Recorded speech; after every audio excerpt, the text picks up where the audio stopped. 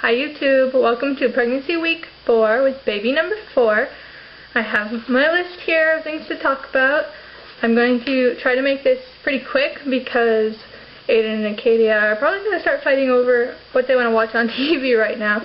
They're going to go outside today and play with their daddy, but it's raining, so we were planning on maybe going for a walk somewhere, but yeah, that's not going to happen. Plus Jay has to go back to the hospital. He went last night. He got a piece of steel stuck in his eye at work the other night, so yeah, he needs to go back because they didn't get all of it out last night. Anyway, so let's talk about my 2-week wait. I ovulated on what was it, the 25th, I think. Cycle day 17. In the week leading up to ovulation, we BD'd 5 out of 7 days, 2 days in the beginning of the week, 1 in the middle, 2 days the days before ovulation. I got an implantation dip on 10 DPO, and so that morning I was like, I might as well not even test, because if this is really an implantation dip, I probably wouldn't get a positive for a few more days, but I did it anyway since I have so many tests, and I got a really faint positive, so that was surprising. I took 3 tests that day, and they all had really faint lines on them. All my tests before that had not even any evaporation lines, so I was pretty hopeful, because they all dried with line. Anyways, on 11 DPO, I tested the 3 tests again. In the first morning urine, I used one of my internet cheapies and a dollar store test, and they both had really faint lines. And then I used second morning urine and got another faint line.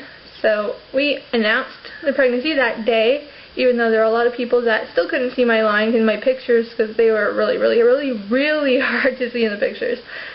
On 12 DPO, I had implantation bleeding, just a tiny bit of pink when I wiped one time. My tests are getting very darker quite a bit every day. I'm going to post my pictures today, one from each day probably. As far as symptoms so far, at the 10 DPO, the same day I got my first positive, I started having cravings already, which is crazy, for chicken burgers that day, and then yesterday it was for pizza, poutine, and fries dipped in ketchup. So yesterday I got my poutine and I got my pizza, but that's it. Yesterday I had this burning in my left breast at one point. I've had a bit of dizziness, and my vision goes black, which that's not uncommon for me, but it happens more often in pregnancy. I've had some pulling and pinching feelings in my uterus. I've been pretty crabby, and my pimples, I've had a crap ton of pimples the past couple months, and I have no idea why, but since this week they're going away. I'm so happy. I was really getting sick of having them. They were just covered on this side of my forehead and around my mouth and on my chin. Thank God they're going away. Thrilled about that. So I won't be with a midwife this time because of everything that went down last time, and so I called to make an appointment at a clinic. There's 4 female gynecologists, and a lot of my friends go there. I know I keep looking at my list, I don't want to forget anything. A lot of my friends go there, and they really enjoyed their experience with them, so I was very happy that they could take me on. So I meet with the nurse on August 19th to fill out all the forms and whatever, and the next appointment will be with a doctor, I assume at 8 weeks. I already have some baby buys to show you, but speaking of baby buys, since Ariel was supposed to be our last baby, we sold the swing, the jumperoo, the vibrating rocking chair, the bassinet, everything. We still have the crib, but we only have the one mattress because since I figured when Ariel moved to the toddler bed, we would just use the mattress from the crib and not the mattress Acadia had on the toddler bed. I gave the mattress to Zola, my Great Dane, and well, she destroyed it. So yeah, we're gonna have to get another one of those because Ariel's gonna need a mattress for the toddler bed. So anyways, so the needle says it's a boy, so I'm gathering boy clothes because I gave all of my boy clothes away to my cousin when we found out Ariel was a girl. So I bought this on Etsy.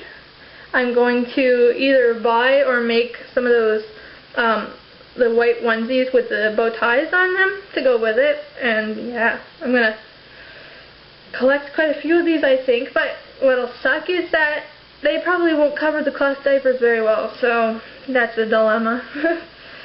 I have this. I bought this and the next two for a whole $5. These one, the first one was a 6 months, and these ones are newborn. So little puppy in the car there. And this one says, "If you think I'm handsome, you should see my daddy." And then I have this with a little hood on it. It's a 3 to 6 months. And then this two-piece outfit. It's also 3 to 6 months. It's like a little Winnie the Pooh playing football with Tigger. I'm really excited. I'm so happy we get to have this last little baby. So I guess all that's left is my weight and my belly shot, and of course I will attach my belly picture. I am 116 pounds, so I start this pregnancy at the same weight as I did for Aiden. And as for the girls, I was a whole 10 pounds heavier, so I find that cool. If it's really a boy, that yeah, my girls started at the same weight and my boys start at the same weight. So yeah, the camera's sitting on the kids' kitchen center. I'll turn that so you can see my belly. My dogs are taking their nap right now because after they eat, they have to take about 2 hours of resting time to make sure they don't bloat.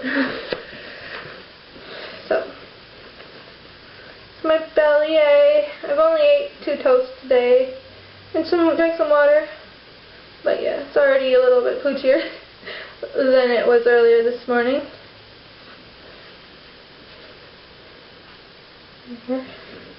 I cannot wait to get bigger. I love having a big belly. So I guess I will talk to you guys next week. Thanks for watching.